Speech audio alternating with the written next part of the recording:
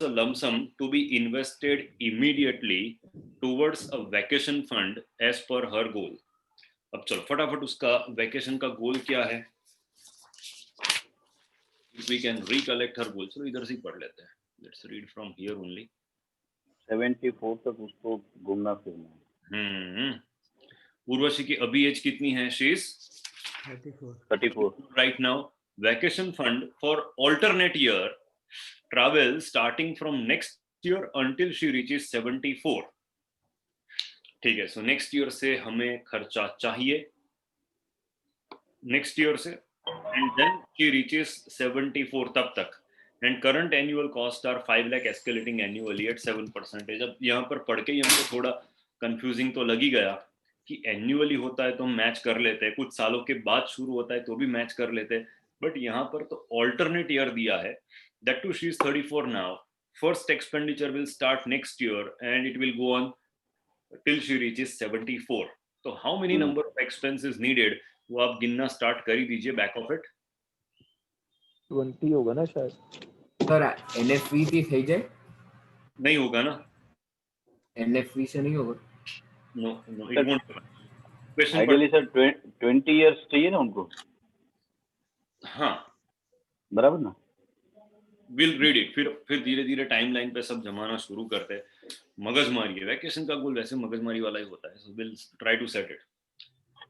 She would additionally contribute a certain fixed amount this year, coinciding with her receipt of bonus, and would repeat it every year until her proposed early retirement. She would additionally contribute certain fixed amount, means कुछ amount वो contribute करने वाली है from fixed amount this year, coinciding with her receipt of bonus, and would repeat it every year until her proposed early retirement. Means ये जो fixed amount contribute होने वाला है वो कब तक होने वाला है? At the age of 55. 55 हाँ sorry. Consider such contributions in June every year. हम कहाँ पर है अभी? अप्रैल. First April. Investment कब से शुरू होगा? First April. नहीं सॉरी जून से. जून से शुरू. Withdrawal will begin in December.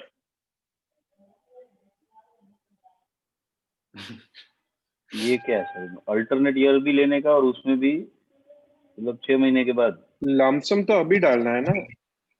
Lump sum है बट वो हर साल है. फिक्स्ड अमाउंट है. ठीक है. एंड इन्वेस्टमेंट आप करोगे हर साल कब? जून में. और विड्रॉल करोगे दिसंबर में. अब दिसंबर कब से? अभी हम 2019 में है. सो on which date are we going to withdraw money? Next year December. That is December 2020. Yes sir. Okay. You consider a portion from equity shares in her demat account being ETF equal to equal in value of 12 lakh 28,000. ठीक है. 12,78,000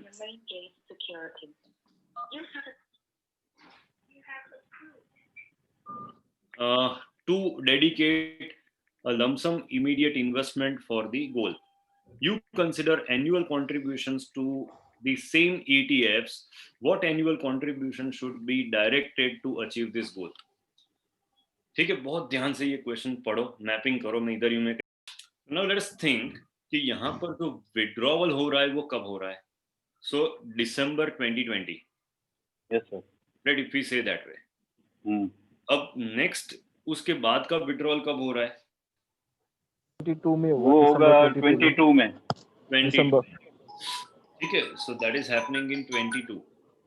उसी तरह से 24, 26. तो आप एक पहला effort रखिए कि मुझे उनके रिटायरमेंट तक कितने विड्रॉल्स करने. ये काम आप ही से करवा रहा हूँ. फिर मैं मैप करता हूँ. Do this. सर आइडियली 20 चाहिए. Let's draw the timeline.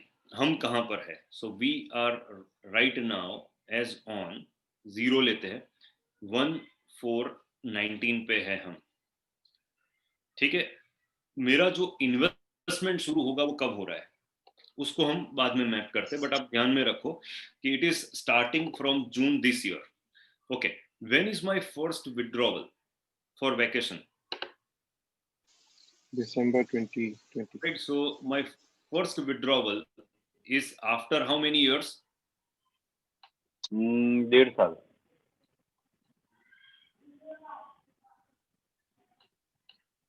One point 9 महीने हुआ ना.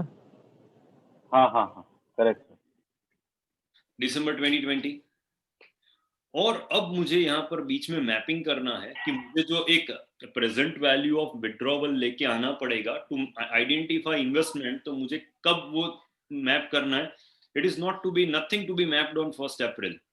That is on June 2019. So मुझे जो कॉर्पस ढूंढना है वो जून 2019 में ढूंढना है. बराबर.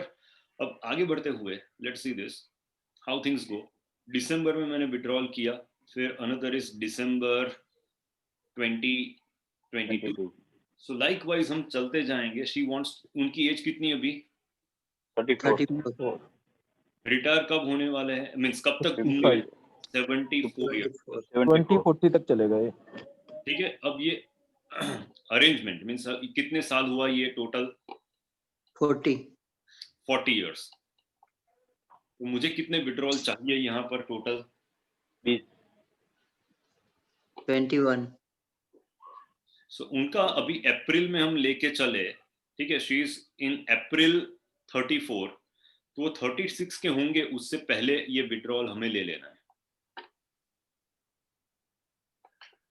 So likewise, if you can count, हमें जो withdrawal चाहिए, total number of withdrawals are 20. चलो, if everybody convinced with that, तो हम आगे बढ़ते हैं.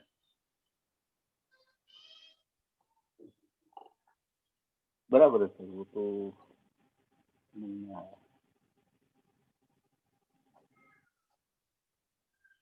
चलो, सबको ये क्लियर हो गया that I want number of withdrawals to be 20. Yes sir. ठीक है. चलो, तो ये हमारा मेन और मेजर काम खत्म हो गया. अब मैं कॉर्पस ढूंढ लेता हूँ. अब तो नॉर्मल हो गया. कॉर्पस में ढूंढ लेता हूँ दिसंबर 2020 में. अब कॉर्पस ढूंढने के लिए ना तो मैं कैश फ्लो यूज करूंगा, बिकॉज कैश फ्लो यूज करने में तो हम लंबे हो जाएंगे. एक साल में डेटा है, दूसरे साल में blank, then further you have got the data. तो एक नया और यूनिक मेथड, ऐसे तो ये पास्ट में किया हुआ है, हमने नहीं किया हुआ है, बट उनके पास्ट एग्जाम फाइल में ऐसा था. तो मुझे सबसे पहले दिसंबर 2020 के दिन कितना खर्चा चाहिए होगा वो ढूंढ लेना है. अब मुझे कोई बताओ तो एग्जिस्टिंग खर्चा कितना पड़ा था हमने? 5 lakh. 5 lakh. 5 lakh. 5 lakh. 5 lakhs growing at 10%. ठीक है. अब मैं ब्लैंक स्क्रीन पे चले जाता हूँ, वहां पर धीरे धीरे सॉल्व करते हैं, बिकॉज यहाँ पर जगह कम पड़ जाएगी.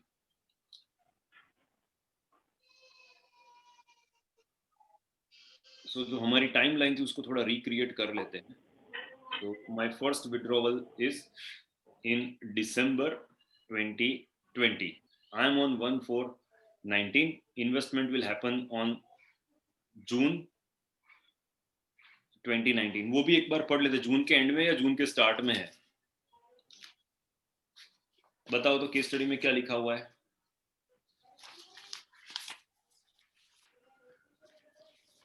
When is she making investment? In June लिखा है sir. Consider such contributions in June every year. Every year. ठीक है. तो जून में ही हो रहा है, तो हम जून के बिगिनिंग में ही लेके चलते हैं. ठीक है. सो जून महीना कंसिडर कर लेते हैं. We do that. करेक्ट. आगे बढ़ते हुए सबसे पहले तो मुझे जो काम करना है वो यहाँ पे खर्चा ढूंढना है. So PV is equal to 5 lakh. N is equal to 1.75. I by 5. अब इसका इन्फ्लेशन रेट कितना दिया हुआ है वैकेशन का? 7%. And let us find out future value. 562848. Is this the common answer with all of us?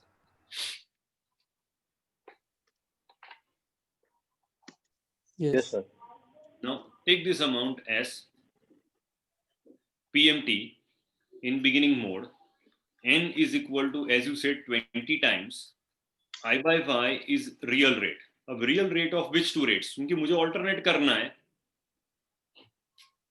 तो यही एक इंटरेस्टिंग पार्ट है क्वेश्चन का. So I will guide you how can you do it.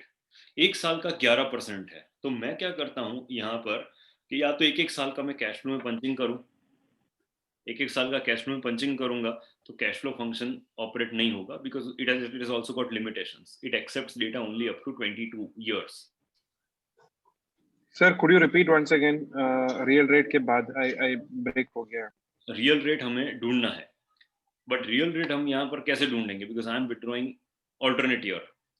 Cash flow function से भी कर सकते हैं, बट कैश फ्लो में प्रॉब्लम एक ही है that your calculator has a limitation.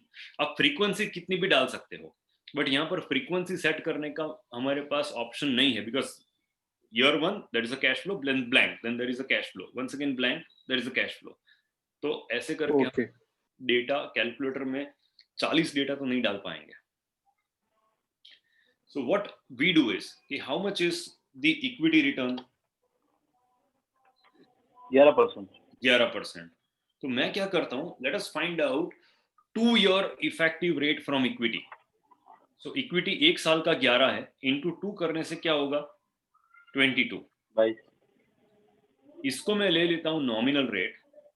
C by Y is equal to 2, and let us find out effective rate. So this is my effective rate for 2 years. 23.28. 23.21. Okay, this is 23.21. Same चीज मुझे inflation में करनी पड़ेगी. Inflation जैसे हमने देखा 7% into 2, so that is equal to 14%. Take this as nominal. C by Y is equal to 2 and find out effective. So this is 14.49. 14.49. Okay. Now let us find out real rate of return. 1.2321 divided by 1.1414. 14 कितना था? 1414 था या 4? 1449. 14.49, sir. Yes, sir. 49 है. बताओ तो. And minus 1 into 100. 7.61. Percentage. This is my 2-year real rate effective. Again, so this is what I'm going to take here, and let us find out PV.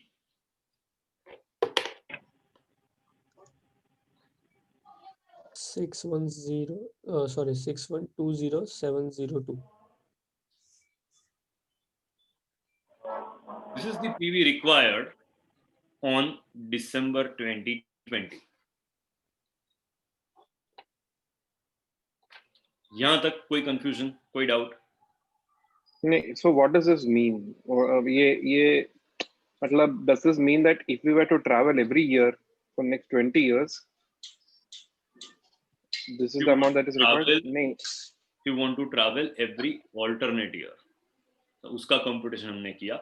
हमने compounding यहाँ पर year on year नहीं किया, 2-2 साल का ही एक साथ में compounding किया.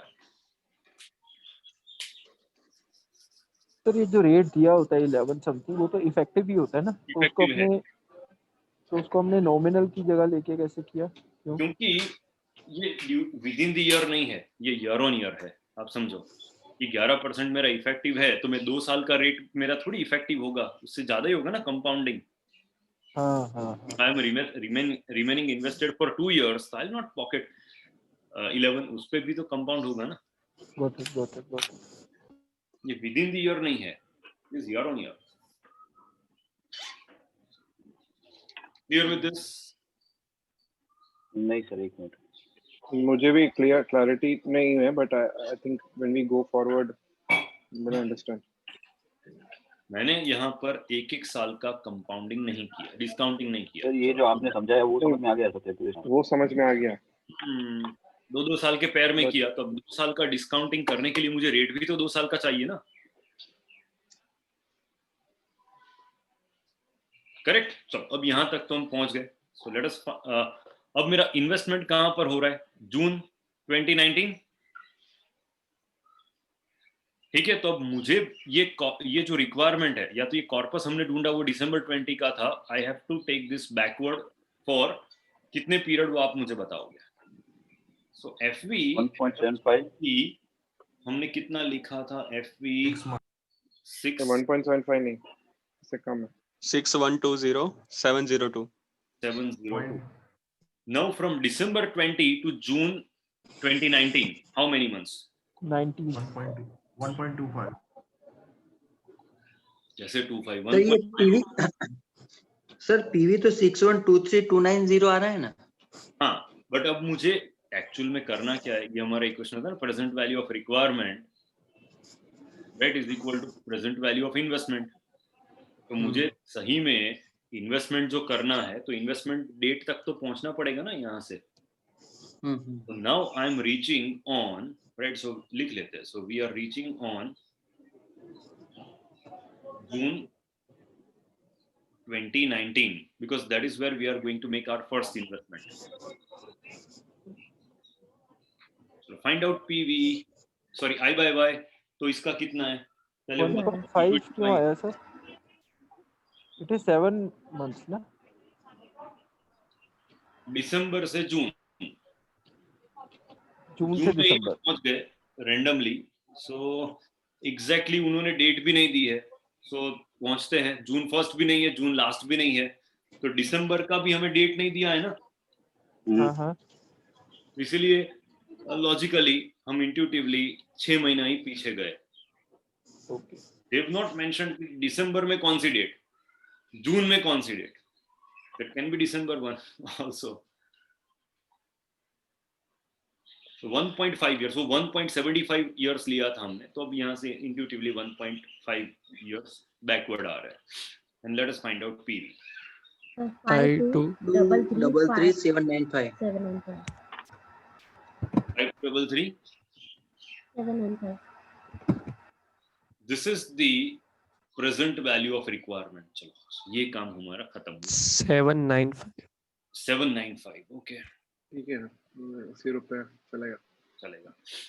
बस अब ये काम हो गया। This question is now sorted.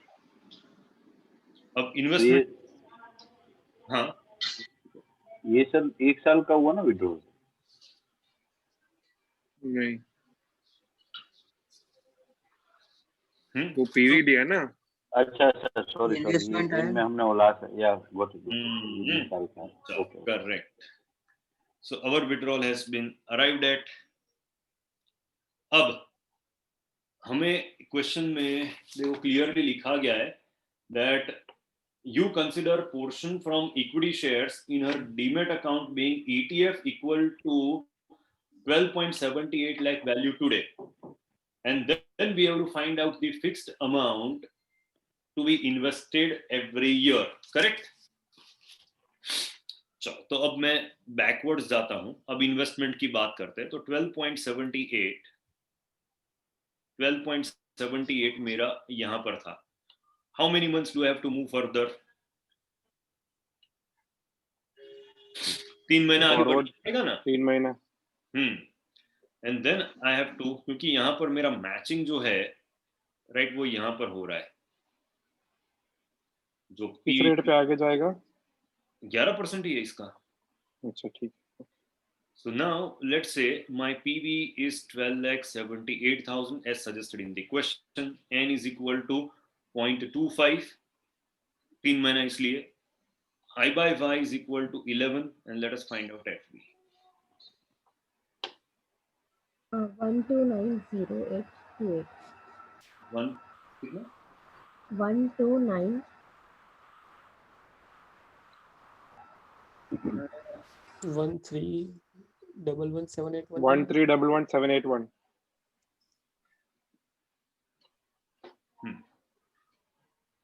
ये पीवी होगा। 1311 ठीक है, बस तो now concluding the question,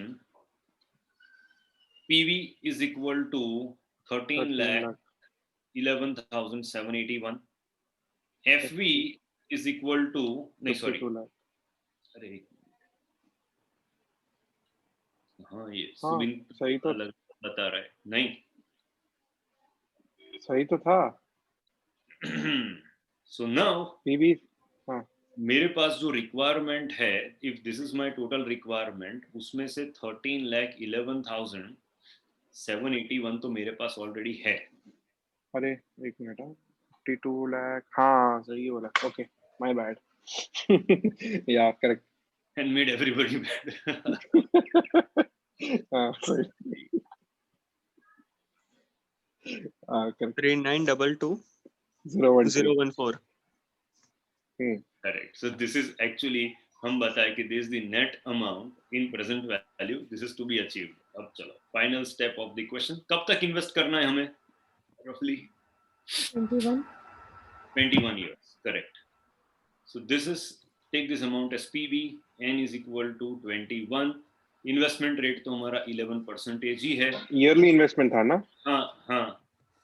And we have to find out PMT in beginning. 485, नहीं वो बिगिनिंग नहीं है, ये एंडिंग है, तो ये 437. 437562। ऐसा ऑप्शन में आ गया. ओ क्या डिट्टो आ गया, क्या बात है, मस्त है. बट इसमें सर वो कंफ्यूजन एक्चुअल में डेट्स का है कि दिसंबर तो कौन सा दिसंबर, क्योंकि जब हम आगे बढ़ रहे 1 अप्रैल से जून तक, तो वहां पर हमारे लिए डेट बहुत जरूरी है कि लाइक 1 जून लेते हैं तो मुझे 3 महीना आगे बढ़ना है. If I am taking last day of June then I have to move 4 months forward. तो that was the confusion. But हाँ, वेकेशन वाले गोल में कुछ ना कुछ ऐसे कंफ्यूजन्स बने रहते हैं. बट हाँ, इसका टाइमलाइन क्लासिक बनता है वेकेशन का. Now let me know the confusions, doubts. Sir वो लास्ट स्क्रीन करिए ना वापस. हाँ, टाइमलाइन वाला, ठीक है. Okay.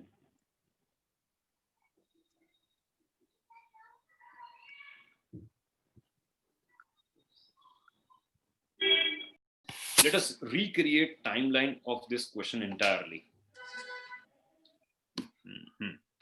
We are on 1st April 2019, wherein vacation गोल के लिए हम 12.78 लाख रुपीस स्पेयर कर रहे हैं. Further for this goal investment will happen from June 2019. जो भी इन्वेस्टमेंट होगा अब ईयर ऑन ईयर जून 2019 में होगा.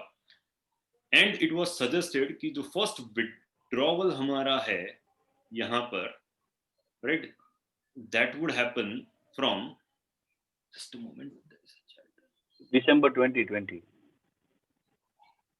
I was reading a chat. ठीक है. So that was from December 2020, right? So ये पहला withdrawal number 1. So likewise, second withdrawal will happen in December 2022. And however, every year investment is going on. आप देखो कि जून 2020 में भी इन्वेस्टमेंट होगा, फिर जून 20 यहाँ पर हम ले ले जून 2021 में इन्वेस्टमेंट होगा. So every year investment is happening. So talking about ये ग्रीन सर्कल हमारे इन्वेस्टमेंट्स है, and say this blue circles are our withdrawals. This is only timeline. अब यहाँ पर मंथ्स वाइज तो मैचिंग करना काफी डिफिकल्ट है, because first withdrawal is exactly 1.75 years away. ठीक है. My first investment starts 0.25 years from today, and then it is year on year. Then it is year on year, and withdrawal is every alternate year. So in this particular question, और भी कुछ हमारे पास interesting point थे that Urvashi is 34, wants to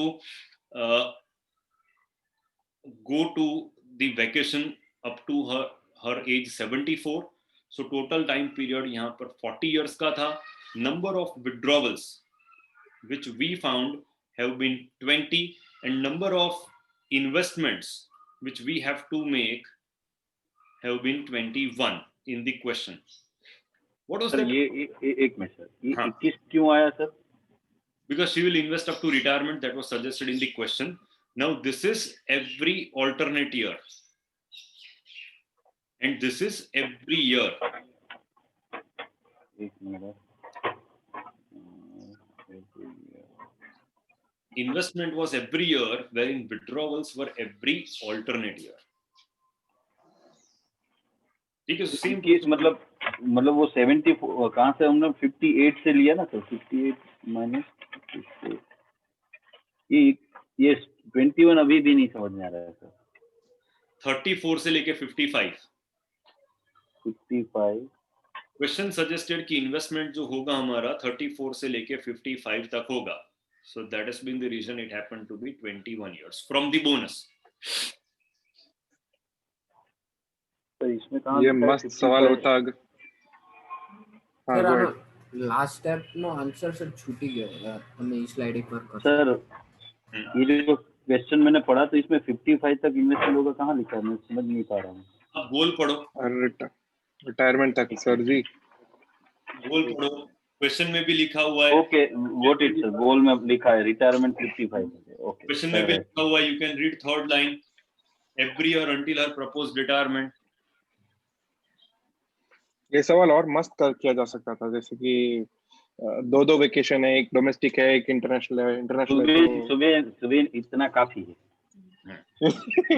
international अलग month, क्योंकि domestic अलग month. अभी ये समझ में नहीं आ रहा, तुम क्यों बढ़ा रहे हो? ठीक है, ये क्लियर यहाँ तक, ये timeline clear, correct sir, 100% clear. So इसमें जो प्रॉब्लम था क्वेश्चन में वो सिर्फ मैपिंग करने का है, और इसका मैपिंग बहुत वियर्ड हो जाता है कई बार, एंड ट्रस्ट मी इतने क्लोज आंसर्स है कि आप कुछ भी आड़ा टेढ़ा करोगे टाइमिंग में तो आपका दूसरा आंसर मैच हो जाएगा आराम से। अगर सर उसमें हमने 7 एंड ये जो 6 मंथ्स एंड 3 मंथ्स लिया, उसकी जगह 4 और वैसा लेते तो क्या कुछ डिफरेंस आ जाता? डोंट नो, थोड़ा ट्राई करके बताइएगा, बट हाँ कुछ ना कुछ तो वेरी होगा, and answers have been really close. ये अब मान लो कि इतने बड़े डेटा पे हम काम कर रहे हैं और उसमें 10-10 हजार के डिफरेंस पे आंसर्स है, that means you can move couple of months here and there and you are gone. और इसमें सबसे इंटरेस्टिंग पार्ट वही था कि during the start of December, end of December ऐसा कुछ लिखा ही नहीं है कि 1 दिसंबर भी इन दी दिसंबर होता है and 31 December is also December. And वैसे लॉजिकली सोचे तो दिसंबर के स्टार्ट में कोई घूमने नहीं जाते, सब घूमने मोस्टली दिसंबर के एंड में ही जाते हैं। और इन्वेस्टमेंट में हम 3 महीने आगे आए तो इनफैक्ट वो फिर वहां पर 7 महीने रिवर्स आना पड़ता था। सो गड़बड़ है, वो थोड़ा मैपिंग में उनका भी कंफ्यूजन है, बट वैकेशन गोल में ऐसे ही होता है। ठीक है, चलो, so that was our timeline.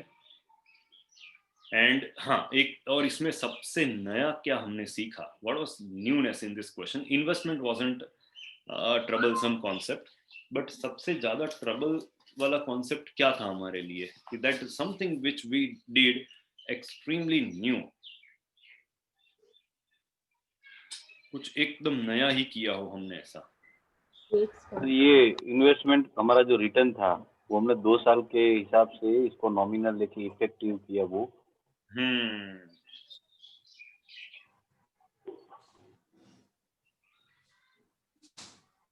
ये कभी किया नहीं सर हमने। ये हमने पहली बार किया, वही बताया ना मैंने, this has been done for the very first time. And yes, चलो अब ये इसको हम खत्म भी कर देते क्वेश्चन को। Like should you have any doubt तो आप मुझे बताइएगा बाद में। Now we are getting on to the next case study फटाफट। Like we have got 1 घंटा हम और पढ़ते हैं and we'll try to ensure that we do many questions in next case study. He's 29 years old, हमने जो पढ़ा, you are CFPCM practitioner and a registered investment advisor. That means expect a question on this particular topic. Roger has approached you for preparing his financial plan. He's staying in his own house in Ahmedabad, इधर का ही है।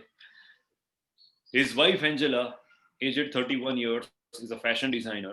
She has set up a boutique in a rented space. She earned a net profit of 5.5 lakh in the previous year. They have a son, Mark, and a year-old daughter, Stephanie.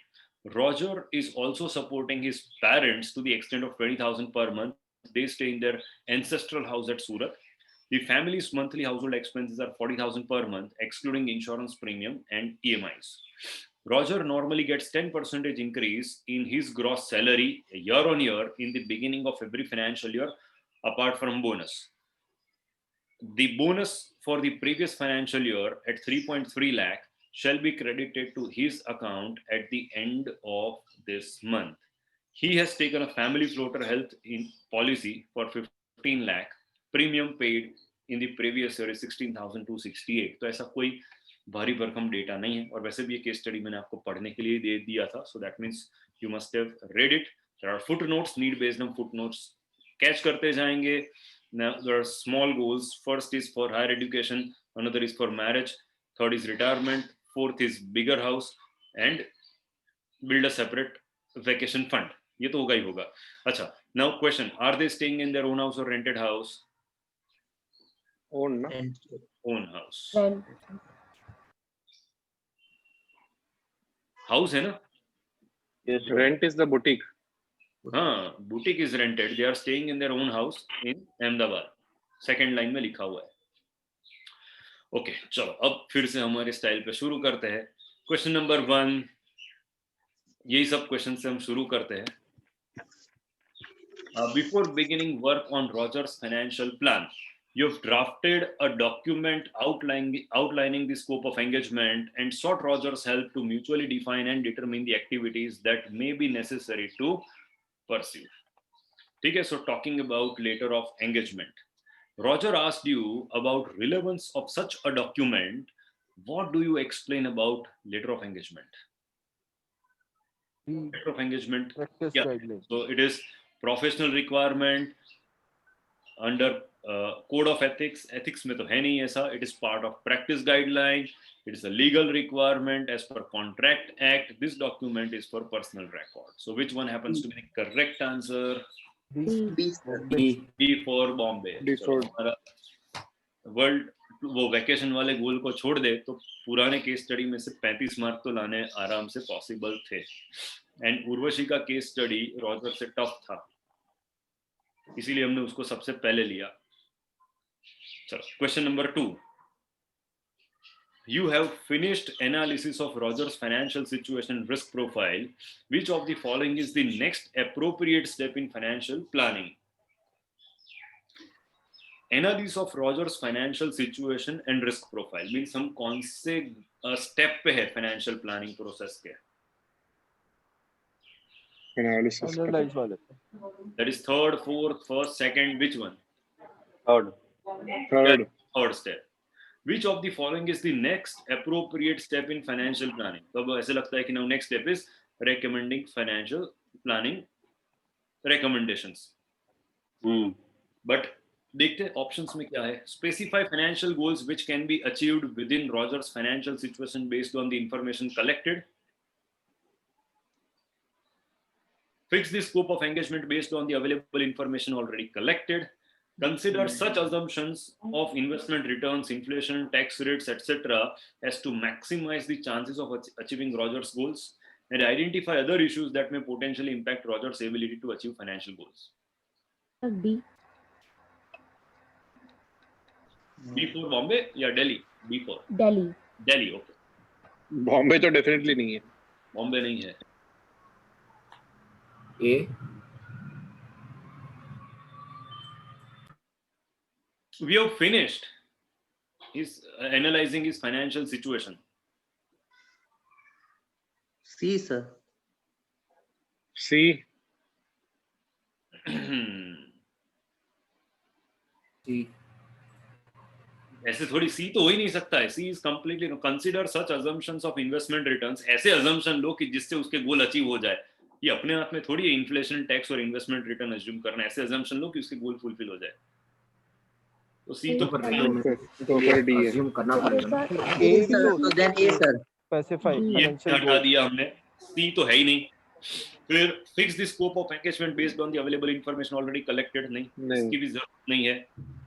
Sir ए होगा. A, sir. A, sir. A sir. Sir Roger की financial situation analysis करने के बाद तो उसको फिर other issues find out करने पड़ेंगे ना. एग्जैक्टली, तो we are already done with. अब देखो, दो सेंटेंस जो हमें कंफ्यूजिंग लगते हैं वो ए और डी है. So one is that specify financial goals which can be achieved within Rogers financial situation. तो ऑलरेडी हमने वो एनालिसिस कर लिया है. We are done with analysis of financial situation. So financial part पूरा हम देख चुके हैं. अब क्या देखना बाकी है? Other issues. Other identify other issues. अब अदर इश्यूज क्या हो सकते हैं? पैंडेमिक हैज बीन, जो हमने सोचा भी नहीं था कि लोगों का फाइनेंशियल सिचुएशन खराब हो जाएगा, जॉब लॉस, ये सब चीजें हो सकती है, लेकिन उनकी पर्सनल लाइफ में डिस्टर्बेंस आ सकता है. So there may be other issues also that may potentially impact Roger's ability to achieve financial goals. So answer is D for Delhi. फिर से थ्योरी क्वेश्चन आए तो ऐसे बड़े सेंटेंस में से कंप्लीटली इररिलेवेंट दो स्टेटमेंट आप ढूंढ लो, फिर दो रिलेवेंट में से जो सही लगे वो सिलेक्ट करो. That's the perfect way to solve the question. सब साथ में पढ़ोगे ना तो आप नहीं कर पाओगे. सो एलिमिनेशन रूल से ही आगे बढ़ना है. 3 मार्क का क्वेश्चन हम नहीं लेते, पहले 2 मार्क वाले ले लेते हैं. चलो चौथा क्वेश्चन, फिर उसके बाद थर्ड नंबर ले लेते हैं.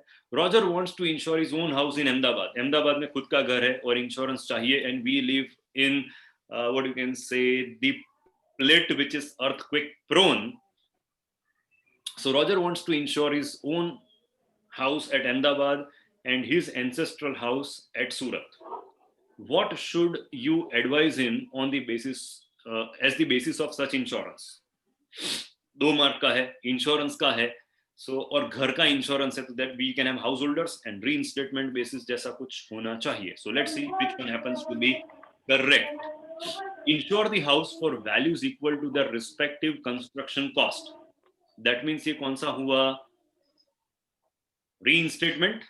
Reinstatement. Used to bring each house back to its original condition in case of happening of any defined perilous event. तो ये तो पढ़ के ही सही लग रहा है. This is on reinstatement basis. That is a standard fire and special peril policy we are talking about here in statement number 1. इतना तो हम इंश्योरेंस में पढ़ चुके हैं. This is known to us. But still कभी भी सीधा ही सही लगे तो भी बाकी के स्टेटमेंट पढ़ना भूलना नहीं है, because they are expecting us to find out more correct. Second, insure the house equal to the respective market values as applicable to similar houses situated in the same locality. ये नहीं हो सकता है, ये ऐसा तो हम नहीं पढ़े हैं. सी भी नहीं है, डी भी नहीं है. मार्केट वैल्यू क्या था? This is market. B is talking about market value, but property के केस में मोस्टली, घर के केस में रीइंस्टेटमेंट ही होता है. Insure the houses for the respective stamp duty value considered at the time of registration. नहीं, ये तो नहीं है, क्योंकि बिकॉज हम जो पॉलिसी लेते हैं, मैंने बताया भी था कि मेरे पास जो घर की पॉलिसी है तो उसमें ऐसा ही है कि एवरी ईयर 5% इंश्योरेंस अमाउंट बढ़ती जा रही है. स्टैम्प ड्यूटी वैल्यू तो अभी क्या थी? It was like nothing, peanuts if you consider in current market value terms. तो ये तो नहीं है. Then insure to the extent of houses respective municipal values. अब म्युनिसिपल वैल्यू तो कोई चेक भी नहीं करता if you are taking this insurance. तो मेरे पास अब ए और बी कंफ्यूजिंग स्टेटमेंट्स में रहे, like should I ensure it based on market value और रीइंस्टेटमेंट वैल्यू. सो घर है तो रीइंस्टेटमेंट वैल्यू ही होना चाहिए. So yes, we are done with 3 on 3. ये 6 में से 4 मार्क तो आ ही जाएंगे हमारे. एक आध ऊपर नीचे हो, बट इतना तो हम एक्सपेक्ट कर ही सकते हैं, दैट वी नो दिस. अब क्वेश्चन 3 पढ़ते हैं. क्योंकि हम इन्वेस्टमेंट एडवाइजर बने हैं ये केस स्टडी में, तो ये क्वेश्चन भी हमें करना पड़ेगा. You are constructing a financial plan for Roger in your capacity as registered investment advisor. Roger asks you to bring the execution of financial plan also in the scope of engagement. What will you tell him? चलो, Roger आपसे क्या मांग रहा है? What is asking you to do? Advice for investment plan के लिए अपने execution की बात कर रहा है कि हमारे इन्वेस्टमेंट भी आप ही करवा के दो, और वो आप एग्जीक्यूशन भी लेटर ऑफ एंगेजमेंट में इंसर्ट करो. ये तो That's कर what नहीं he's सकते asking ना us. RI ये डी ठीक है, so that is what they are expecting us to do. ठीक है, अब पढ़ते हैं, sentences पढ़ लेते हैं. We have got one answer, that is D. Let's see. वही You है. can provide execution services outside the scope of engagement which will not be documented in letter of engagement. हाँ, ये practical है but ethical और legal नहीं है. Practically सब ऐसे कर रहे हैं ना आजकल. You can provide execution services through one of your trusted distributor who you will supervise. यहाँ तक तो sentence गलत नहीं है. The remuneration aspect will not form part of scope of engagement for financial planning. नहीं, ये गलत हो गया. This is wrong. So part of the statement was correct. You can provide execution services through one of your trusted distributor. हो सकता है, because wherein we can advise कि आपको यहाँ invest करना है, यहाँ investment करना है, but that is execution part is taken care of by somebody entirely and we are not earning at all from that particular activity. तो वो point पे ये sentence गलत हो गया. In order for you to comply with SEBI regulation, execution services will be provided by one distributor who is part of your family. This is completely wrong. ये तो 100% गलत है because it has been mentioned in RIA regulation और हमने class में भी कई बार discussion किया है कि like आपके फैमिली मेंबर में से भी कोई नहीं होना चाहिए. And initial commission received will be shared with Roger. ये प्रैक्टिकल पार्ट है, इंश्योरेंस में सब जगह पर ये चल ही रहा है, बट ये एथिकल और लीगल नहीं है. But not subsequent trail commissions. This shall not be part of scope of engagement. तो सी तो एकदम गलत हो गया. Let it be practical practice of insurance advisors in real life, but ये हमारे academic part में तो गलत है. So B भी गलत, C भी गलत, outside ये भी गलत है. तो अब D he by default without reading I can say that should be the answer. As a registered investment advisor, you are mandated to comply with segregation of advisory and its execution at client level. The execution services can be independently sourced from any other professional. That means I can suggest कि आपको ये company के shares में लेना है, other shares में लेना है, but I cannot be the broker. Broker should be somebody else and he is earning from the executional services provided. I am not at all getting any pecuniary benefit from it. Right, so that is how D happens to be the correct answer. चलो, any confusion in question number 3? कुछ आपको पूछने जैसा लगे तो.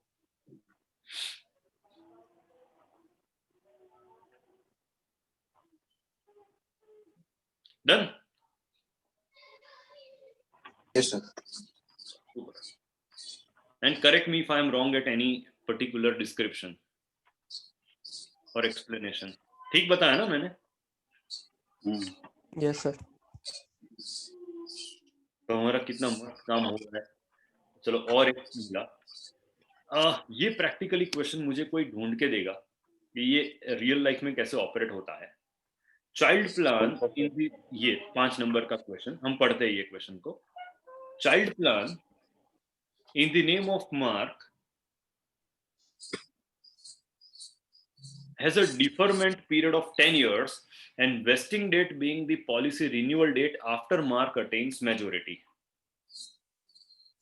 25% of the sum assured can be withdrawn in each of the 3 years term from the vesting date. How do you explain this policy feature to Roger? अब ये child plan क्या है, हम जाते केस स्टडी में उनके और ढूंढ लेते हैं. Child plan is footnote number 3. Okay, so ये प्लान परचेज किया गया था when Mark was 10 years old. The term of 20 years, annual premium is 41374. ये प्लान के features, initial features. Correct. It was bought when Mark was 2 years. The plan period is 20 years. Annual premium is 41,000. Now we are going back to the question. Zoom it and let's read it once again. Child plan in the name of Mark. Mark की अभी as कितनी है case study में? 2 year. 4 years. नहीं नहीं 4 years 4 4 years. years का है. Mark they is, have son Marco I'll show you. देख लो एक बार फिर से. How old is Mark? Mark is of age 4 years. So 4 2 years साल पहले ये पॉलिसी ली गई थी, बराबर? okay So child plan in the name of Mark has deferment period of 10 years. Means उसका benefit जो भी होगा that should start after 10 years. That means his age 12 years. बराबर ना? It was purchased when he was 2. Deferment period 10 years. So at his age 12. And vesting date being the policy renewal date after the mark attains majority. 25% of sum assured can be withdrawn in each of the first 3 years of vesting date. तो जब भी vesting date आएगी when he attains majority, अब 25% हम withdraw करेंगे of sum assured. How do you explain this policy feature to Roger? अब हमें उनको समझाना है कि भाई इसमें पैसा कब कब मिलने वाला है. So sum assured shall be applicable when Mark attains 18 years of age, and withdrawal of 3 lakh each can be made during 18, 19, 20 of Mark, and full maturity on his age 22. Sum assured shall be applicable when Mark attains 10 years of age. Withdrawal 3 lakh each can be made during 18, 19, 20 of Mark. The sum assured shall be applicable when Mark is 12 years of age. Withdrawal 3 lakh each can be made during his age 19, 20 and 21 of Mark. And last one is sum assured shall be applicable when Mark is 18 years of age. Withdrawal फिर से 3 लाख का 12, 13, 14. ये आएगा तो शायद ये तो नहीं आएगा. अगर हम थोड़ा ध्यान से पढ़े, राइट, थोड़ा ध्यान से पढ़े तो बी तो हमें गलत लग रहा है. B is entirely wrong. D भी गलत है. डी भी गलत है. सी सर सी अच्छा,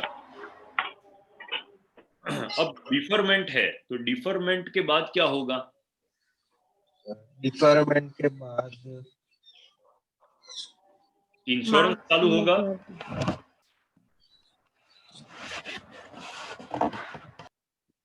वो आपको बताना है अभी. It is on to you कि चलो बी और डी तो मैंने हटा दिए विथ योर रिकमेंडेशन. अब ए और सी में which one is correct? Sir deferment के बाद इंश्योरेंस चालू होगा ना. आप प्रैक्टिकली बताओ मुझे. आई डोंट नो कि क्या होना चाहिए. You are dealing with all this things day in day out. तो आप बताओ.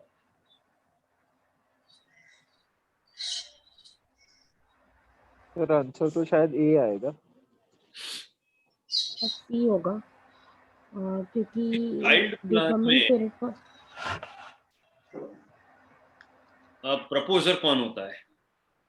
Sir parents normally. तो इंश्योरेंस तो सर उसी का रहेगा ना.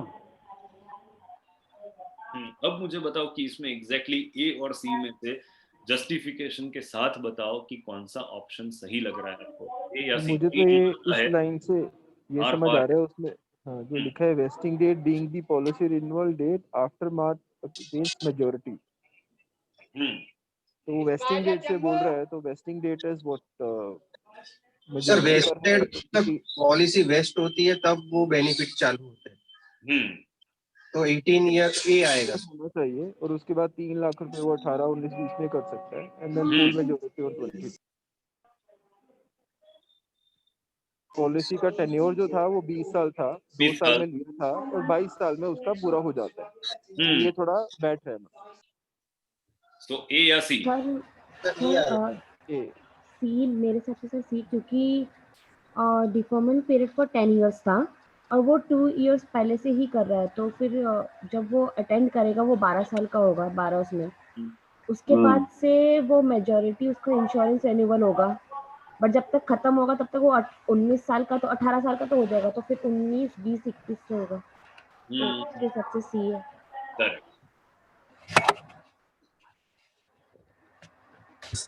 बराबर. सो ए और सी जबरदस्त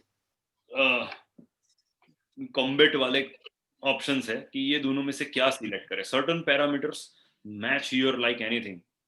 कि डिफरमेंट देखो 2 साल का है, डिफरमेंट 10 साल का है. एक ये इंपॉर्टेंट पॉइंट है, दैट मीन्स 12 इयर्स के बाद कुछ ना कुछ तो होना चाहिए. उसकी एज 12 के पे कुछ ना कुछ तो होना चाहिए. एवरेज नहीं, सॉरी, एज 12 पे कुछ ना कुछ होना चाहिए. सो that part is missing in option 1, option A. But यहाँ पर लिखा है 3 लाख ऑन 18, 19, 20. और यहाँ पर मैप क्या किया कि 2 साल का 2 साल की एज पे लिया था, 20 साल का प्लान है. That means at is age 22 whatever be the market value will be paid to him. So that part seems absolutely correct. तो माइंड में बैठ रहा है कि ये तो ठीक लग रहा है, बट ये 18 साल वाला मुझे ज्यादा सेट नहीं हुआ. सी स्टेटमेंट में क्या है कि वो 2 साल का है, 10 साल का डिफरमेंट पीरियड है, तो उसकी हिज एज 12 पे, बिकॉज जब पॉलिसी ली तब 2 साल का था. सो 12 साल के एज पे इंश्योरेंस शुरू हो रहा है. And withdrawal of 3 lakh. आपको ये 19, 20, 21 थोड़ा है ना कंफ्यूजिंग लगेगा कि ये 12 साल ठीक है, बट ये 19, 20, 21 क्या है. बिकॉज वो 18 का खत्म हो. उसने देखो सबसे पहले ये अजम्पशन लेना गलत है कि बर्थडे के दिन ही इंश्योरेंस लिया होगा. राइट. आप सोचो, आपका माइंड ऐसे चल रहा है दैट 18 होगा तभी रिन्यूअल डेट आएगी. ऐसे थोड़ी है. बर्थडे के दिन थोड़ी इंश्योरेंस लिया होगा. It must have been taken on any other day. So that means वो 18 का हो जाएगा. तब तो उसका रिन्यूअल डेट नहीं आया होगा ना इमीडिएटली. ठीक है. So likely to be the case कि रिन्यूअल डेट उसका आएगा शायद 19, 20, 21 पे, और वहां पर उसको ये पेमेंट मिलेगा 3 lakh each. Getting it. So correct answer मेरे हिसाब से सी है. Between A and C is correct. More correct भी नहीं, C is correct. सर एक डाउट. Yes. સર 12 થી 18 જે પીરિયડ છે એમાં શું થશે? એમાં કાઈ રિટર્ન કે કાઈ? No, amount will be, only thing is that कि C option में लिखा नहीं है कि मैच्योरिटी पे क्या पे किया जाएगा. Okay. Right. So that part they have made silent. नहीं सर, तो यहाँ पर 25% मिलेगा, उसी को एक्सप्लेन करना था ना. बाकी का तो मैच्योरिटी पे जो भी पैसा होगा वो तो मिलने ही वाला है. 12 to 18 ના પીરિયડમાં તો કાઈ નહીં થાય ને? Premiums are paid. Why do you forget it? नहीं, 12 to 18 જે પીરિયડ છે 6 વર્ષનો, એજ 12 to age 18, ઈ પીરિયડમાં કાઈ નહીં થાય ને? They are not going to pay you anything, but you are making payments of premium yearly. Okay. But ये डेफरमेंट मतलब इससे क्या मतलब निकला सर? डिफरमेंट मीन्स कि आपका जो बेनिफिट है, नॉर्मली हम डिफरमेंट पीरियड किस में यूज करते हैं, एन्युइटी प्लान और वो सब में डिफरमेंट टर्म ज्यादा यूज करते हैं. So he gets into the plan at 2 years, but benefits of policy doesn't start immediately. It will start after 10 years. So when he becomes 12, the benefit will commence from this particular point. But वो amount तो 18 से ही ले सकते हैं ना, तो 12 से 18 में क्या बेनिफिट है? इंश्योरेंस चालू हो गया ना उसका. अच्छा, डिफरमेंट पीरियड के बाद सम एश्योर्ड है वो चालू होगा सर. इंश्योरेंस स्टार्ट हो गया ना उसका.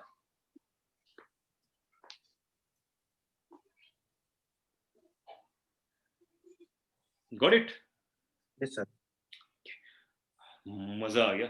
बराबर कसरत करा दे ऐसा क्वेश्चन था, बट ये 3 मार्क है. बहुत सोच के डिसीजन लेना पड़े ऐसा है. सो हमें ये सब क्वेश्चंस के लिए ज्यादा टाइम स्पेयर करना है. दिस विल सर इसमें 10 साल जो डिफरमेंट पीरियड था ना, मैंने वही लॉजिक से ऐसे ही बोला था. 2 साल का है और 10 साल के बाद कुछ ना कुछ. और इसमें टू बी ऑनेस्ट आपको लॉजिक, बाकी सर आप देखे ना रहा है. हाँ, बाकी यही लगेगा. बट हाँ, आप थोड़ा एक प्रिसाइज लॉजिक पकड़ लो ना, और थोड़ा कन्विक्शन कि नहीं ये ठीक ही है मेरे हिसाब से, वो हेल्प कर जाता है. नाउ सी, ये 7 नंबर का क्वेश्चन पूरा स्क्रीन पे एक पेज ही भर गया, पूरा मेरा स्क्रीन ही भर गया ये क्वेश्चन से. ये क्वेश्चन का आंसर ऑप्शन मैं नहीं पढ़ूंगा, आपको मुझे ऑप्शन बताना है. I will just read the question for you. Roger tells you that he did not opt for employer's retirement plan. You analyze the current financial situation of the family in order to independently construct a retirement plan. You have studied and discussed with the family economic and life parameters. What process do you find relevant to follow in preparing a retirement plan for Roger and Angela?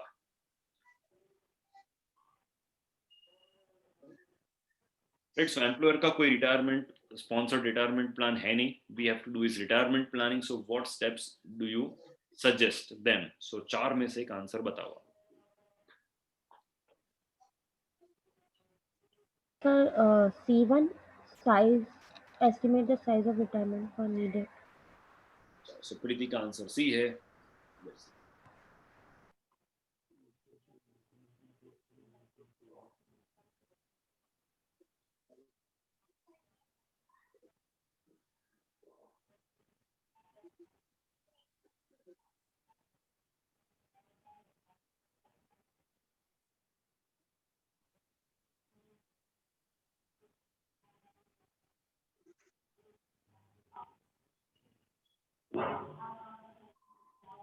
A.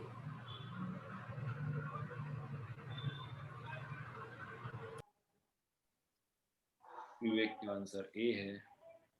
C sir. सी लग रहा है. चलो श्रीदेव, मुक्तिराज भाई, प्रीति, आप लोगों का answer C है. सी sir.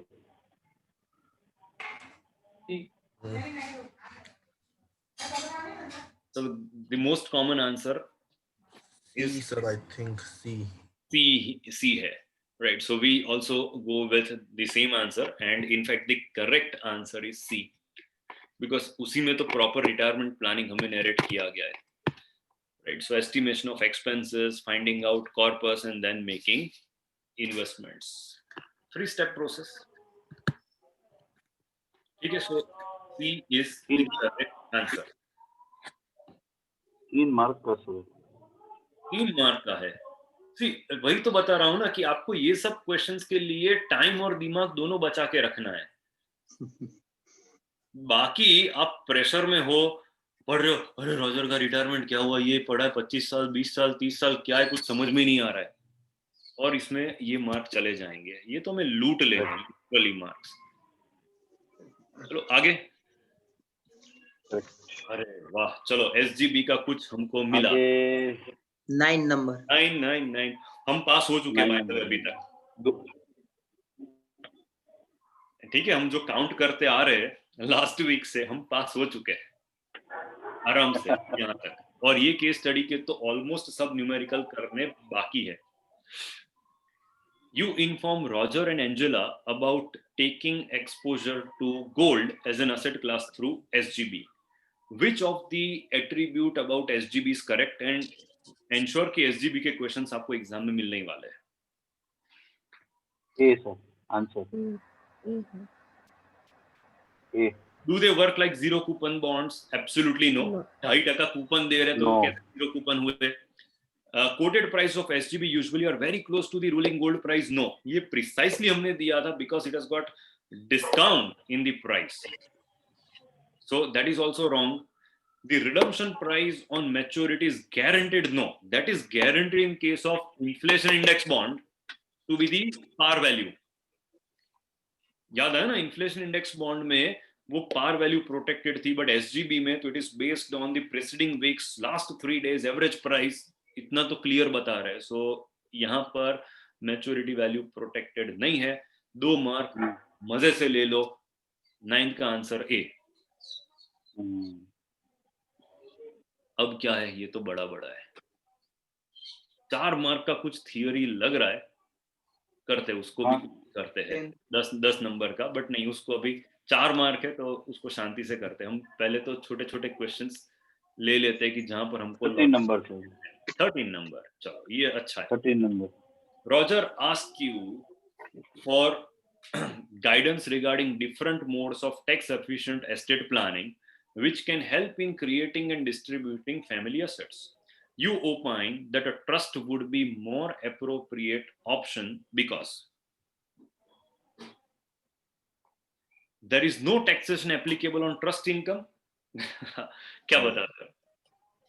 हम तो प्राइवेट ट्रस्ट की बात करते हैं, टैक्सेशन सब्जेक्ट में उसका टैक्स हम निकाल चुके हैं, तो कैसे ये no taxation on trust income हो सकता है? They have a fixed rate of tax? Absolutely no. And far lower than tax rate of individual assessee. तो हम फिर से टैक्सेशन सब्जेक्ट में ट्रस्ट के न्यूमेरिकल सॉल्व कर चुके हैं, तो उसमें भी ऐसा तो था ही नहीं. So B isn't correct.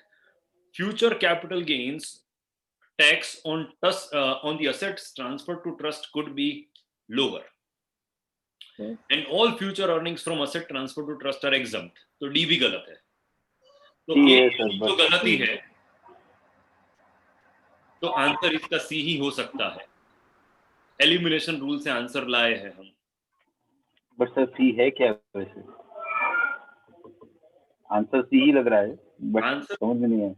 could be lower, शायद कम हो सकता है. Future capital gain tax on assets transfer to trust could be lower. शायद ये कम हो सकता है, but still precisely no comment कि क्या बता रहे. बट मैं बता रहा हूं ना कि आंसर हम एलिमिनेशन रूल से लेके आ गए इसमें. ये गलत, बी गलत, डी गलत. तो बट सर आइडियली तो टैक्स में तो मैं सर ये बोल रहा था कि टैक्स ट्रीटमेंट में तो कोई फर्क ही नहीं पड़ता, तो लोग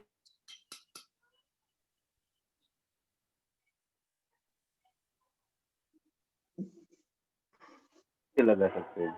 नहीं, आपकी आवाज चली गई थी. I couldn't hear you. If you can repeat. हाँ सर, मैं ये बोल रहा था as we know कि there is no differentiation in between routine taxation and trust taxation. Then how can we apply this logic that trust could be taxed at lower margin? ये शायद वो भी उन्होंने पक्का नहीं लिखा है कि शायद लिखा है future capital gain tax on asset transferred to the trust could be lower. Will be lower कहाँ लिखा हुआ है? Could be lower. तो शायद फ्यूचर में ये आपको बेनिफिट मिले, ऐसा बता रहे हैं. So basis could be, we can apply that logic that this should be the answer. इसका सही लॉजिक यही है. एलिमिनेशन ही इसका लॉजिक है. पहला, दूसरा और आखिरी तो हो ही नहीं सकता है. तो अब बचा कौन? तो ये सी वाला ही आंसर हो सकता है. और ऐसे ऐसे होते हैं क्वेश्चन एग्जाम में. Seriously not joking. चलो अब हमें कुछ करना है, तो मार्क्स के हिसाब से 15 नंबर का तो करना नहीं है अभी, वो तो हम वेडनेसडे करेंगे. अच्छा, 14 जो है 3 मार्क का, ये हम कर सकते हैं. हमने और कोई फ्री मार्कर थियोरी तो छोड़ी नहीं है आगे. और 4 मार्क का ये थियरी करते हैं, 10 वाला उसको भी आज कर ही लेंगे, बट इसको पहले कर लेते हैं. टैक्स है और 3 मार्क का है, तो समझ लो कि ये मेरे लिए काफी आसान क्वेश्चन होगा. 3 मार्कर टैक्स और वो भी शेयर्स का है, तो कैपिटल गेन है, तो ये क्वेश्चन 100% आपको आ जाएगा और इजी भी होगा. तो ये 3 मार्क हम ले लेते हैं. So Rogers equity portfolio has 1000 shares of Messrs ABC Limited, which he accumulated very close to the average cost of 1205 transaction conducted between April 15 से 17 के बीच में. और हमारा रेफरेंस डेट यहाँ पर फिर से 1 अप्रैल 2019 है. So either case it is long term for us. The grandfathering price. अब हमको देखो, अब यहाँ पर कहीं पे दिया हुआ है कि ये कंपनी लिस्टेड है. नहीं सर, तो लिस्टेड ही समझने का ना. हाँ, नहीं है तो बाय डिफॉल्ट हमें लिस्टेड ही समझना है, अनलिस्टेड नहीं होना चाहिए. और मेसर्स पढ़ने से थोड़ा कंफ्यूजिंग लगे तो messrs Bactor is now a listed company. So grandfathering price, and this grandfathering is well applicable for us. On 31st January 18 on NSE is 1380. Roger wished to sell the entire holding of company at a target price of 1650 before 15 April 2019. What would be the approximate tax payable for assessment year 2021? So ये long term capital gain है, बराबर. और grandfathering करना है, तो grandfathering के लिए हम 3 प्राइस लिखते हैं, 1, 2, 3. 270. First is cost of acquisition, another is reference B- rate, and third is sale value. चलो cost B of is the answer, sir. हाँ 1205 लिखते हैं, लेकिन हम पूरा प्रोसेस करते हैं. So 1205 is cost of acquisition. Grandfathering price क्या थी?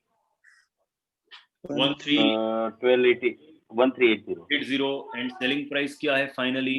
1650. चलो पहले ये दोनों में से कौन सी प्राइस लेनी है? 1380. लोअर. अरे sorry lower I higher am into say और अब ये दोनों में से कौन सी लेनी है? हायर. higher. तो मेरा आंसर क्या आएगा? 60 लाख 2 lakh 50,000 तो 13 लाख 70,000. 80,000 माइनस करना है. 80 will be considered as cost of acquisition in this particular case. बराबर? Yes, sir. ओके. अब मेरा सेल कंसिडरेशन यहाँ पर कितना है? अब पूरा लिखते हैं. सो 1000 शेयर ही बेचे या और कम बेचे कुछ, वो भी गिन लो. Entire holding.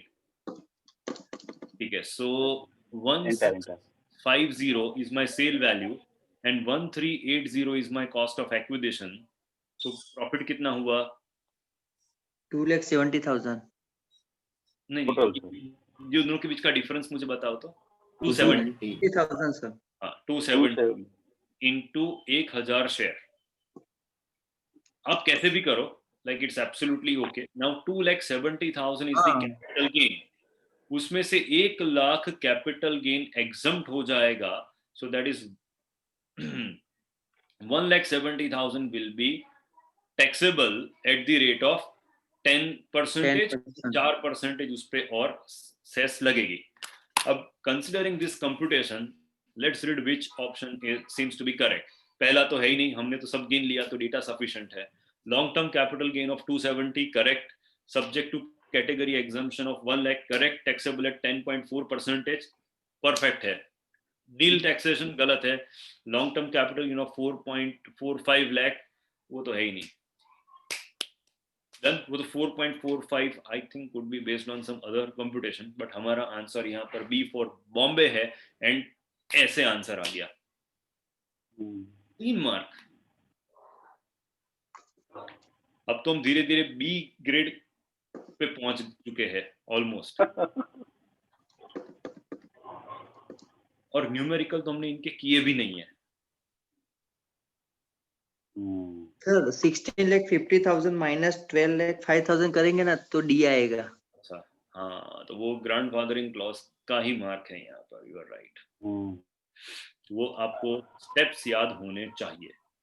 राइट 1 2 3 फिर 2 और 3 का लोअर जो हम करते हैं वही मेथड आपको याद रखनी है. So that works really well. अब हम बढ़ते हैं प्रीवियस पे. So we go backwards actually. And वो 4 मार्क का थियरी था that created lot of curiosity. तो पढ़ते उसे. चलो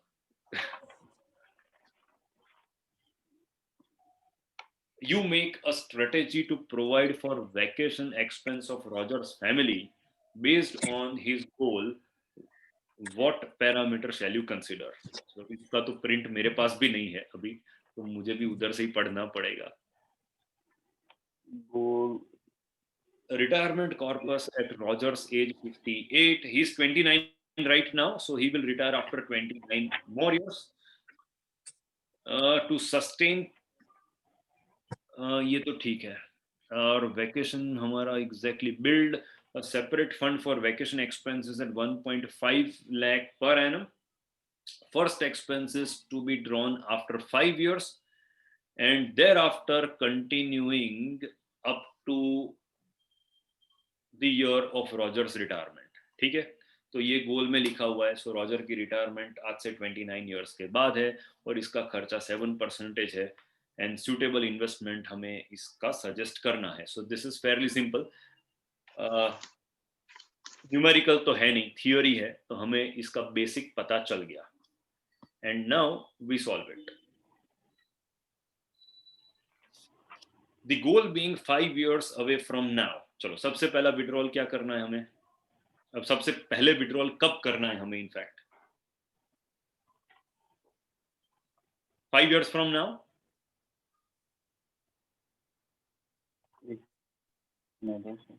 No, sir. 5 years. After 5 years. No? हाँ, so build 1.5 lakh. The first expenses will be drawn 5 years. After 5 years. After 5 years, means 5 years from now उसका शुरू होगा. And thereafter every year. So 5 years के बाद हर साल ये हमें पैसे चाहिए. ठीक है. And first is after 5 years. So goal being 5 years from now, Roger is advised to invest in bond funds a certain sum of money every year. Any windfall of money, including bonuses, can be directed to this fund to make it self-sustaining.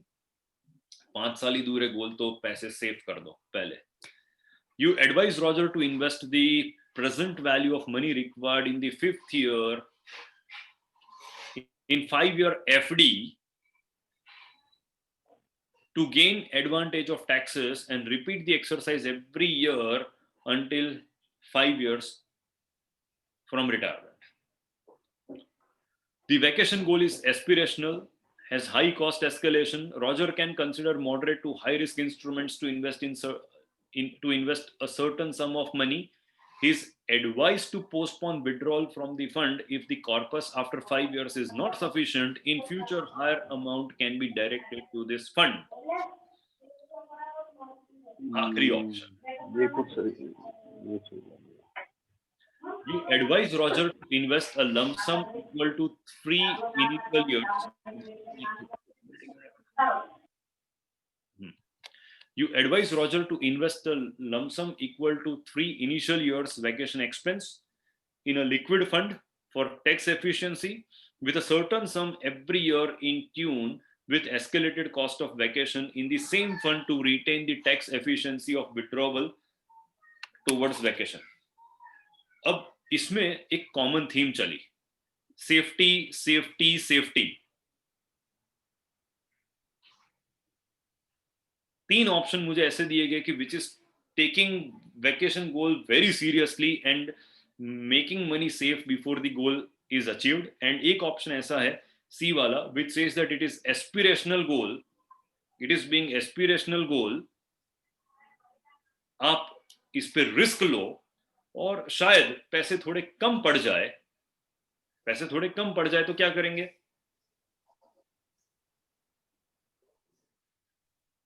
हम गोल delay कर देंगे.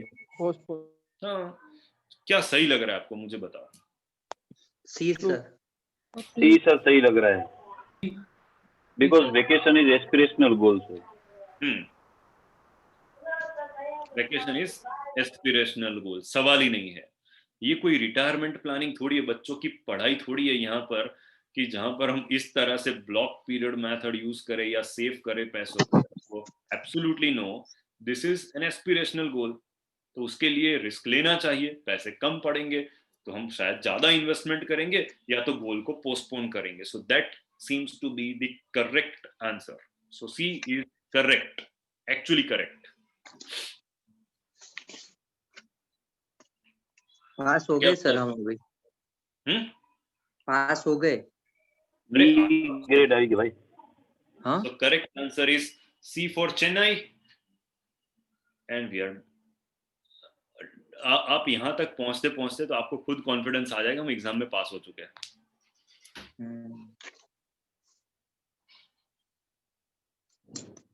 है ना? Total 2 case study तो આવશે ને sir? हाँ, you will have 2 case studies in exam. Okay, चलो अब क्या बचा हमारे लिए अपार्ट फ्रॉम न्यूमेरिकल. न्यूमेरिकल तो हम अब फटाफट वेडनेसडे सॉल्व करेंगे. But if you got something in theory part today. Nothing sir. Nothing. All done, all numericals done. ठीक है, चलो तो फिर हम वेडनेसडे मिलते हैं, बिकॉज अभी कोई भी न्यूमेरिकल हम लेंगे it will take lot of time. But before we move I would like you to solve this question in homework. चलो, सबसे छोटा न्यूमेरिकल कौन सा लग रहा है? So I would like all of you to solve question number 6 and share this solution in the group. एक question homework में दे रहा हूं 4 मार्क वाला. इंश्योरेंस है इसलिए. डन. चलो, we end this class and we are meeting on Wednesday. कुछ डाउट्स है तो मुझे पूछ लो.